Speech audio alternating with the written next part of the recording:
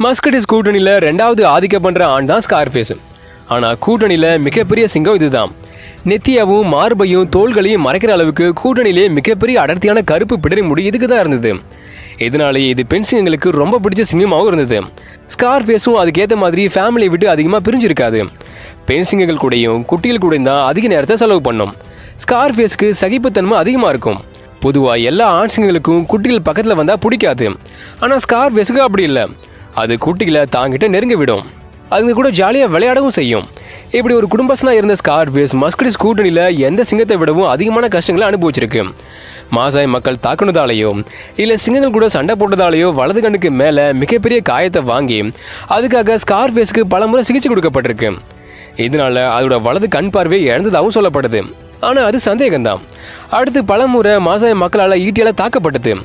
அப்புறம் பழைய காயங்கள்லாம் சேர்ந்து அதை நொண்டியாக்குனது.